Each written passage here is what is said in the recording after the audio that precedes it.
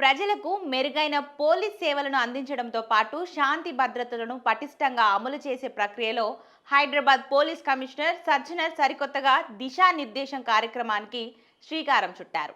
ఈ నేపథ్యంలో సిపి సజ్జనర్ ఆదేశాలతో హైదరాబాద్ పోలీస్ కమిషనరేట్ పరిధిలో అన్ని జోన్లు, డివిజన్లలో దిశానిర్దేశం కార్యక్రమాన్ని డీసీపీలు, ఏసీపీలు నిర్వహిస్తున్నారు.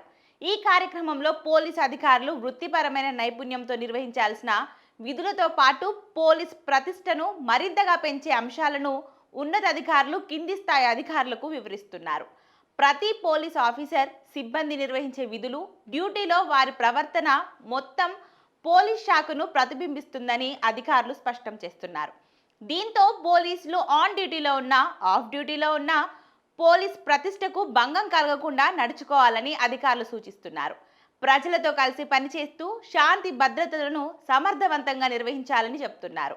ఇక అదే విధంగా బాధలో, కష్టాలలో పోలీస్ స్టేషన్కు వచ్చే బాధితుడికి పోలీసులు అండగా నిలబడి వారికి న్యాయం అందేలా చర్యలు చేపట్టాలన్నారు. ప్రతి పోలీస్ అధికారి చట్టపరంగా సేవలను అందించి ప్రజల మనసుల్లో ప్రత్యేక గుర్తింపును సంపాదించుకోవాలన్నారు. చట్టపరమైన నిబంధనలకు అతిక్రమించి పోలీసులు వ్యవహరించొద్దని ఉన్నతాధికారులు తేల్చి చెప్తున్నారు. ఒక్కరి తప్పిదంతో మొత్తం పోలీస్ బ్రాండ్కు చెడ్డ పేరు తీసుకురావద్దని స్పష్టం చేస్తున్నారు. నిబంధనల విరుద్ధంగా వ్యవహరించే పోలీస్ అధికారులపై శాఖపరమైన చర్యలు ఉంటాయని పోలీస్ బాసులు హెచ్చరిస్తున్నారు. ఇక ఇటీవల హైదరాబాద్ పోలీస్ కమిషనరేట్ పరిధిలో చేతికి చిక్కిన నిందితుడిని తప్పించాడనే ఆరోపణలు ఎదుర్కొన్న task force SI Srikanth Goud విధుల్లో నిర్లక్ష్యంగా వ్యవహరించాడనే విమర్శలతో ఇన్స్పెక్టర్ అభిలాష్ సస్పెండ్ అయ్యారు.